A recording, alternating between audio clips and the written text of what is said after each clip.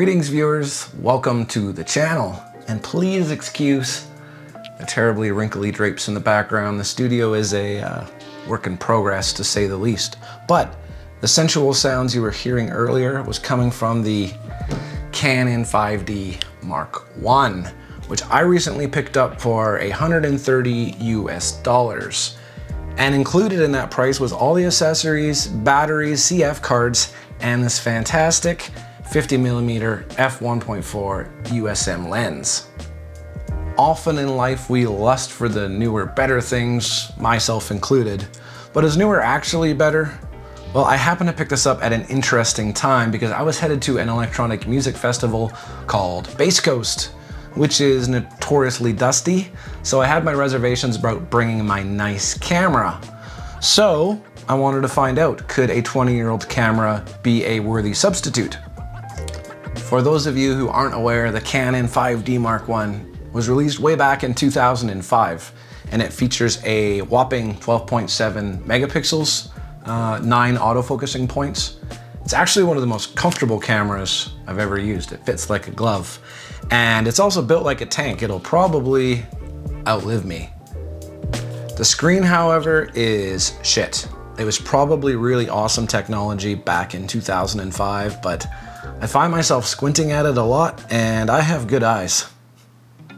ISO performance is also pretty crap. I wouldn't really shoot above 1600 ISO, but if you pair it with a fast lens like what I did, then it's a pretty easy workaround.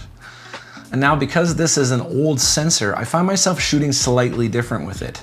It seems to have better highlight recovery than shadow recovery, so I tend to shoot about a half stop overexpose when shooting raw files, which are hilarious, by the way. I think they're like 10 megabytes each, so you can shoot all day on an 8 gigabyte card. So is 12.7 megapixels enough? Well, that all depends. If you're a fine art photographer planning on making large prints, then probably not. But if you're a mere mortal like myself and post to Instagram, Facebook, 500px, maybe make a photo book or two, what have you, I think it's enough. Now, that being said, you can't crop the hell out of the images, but I think that adds to the fun of it. I truly think this thing looks and feels like a late model film camera. I mean, just listen to this again.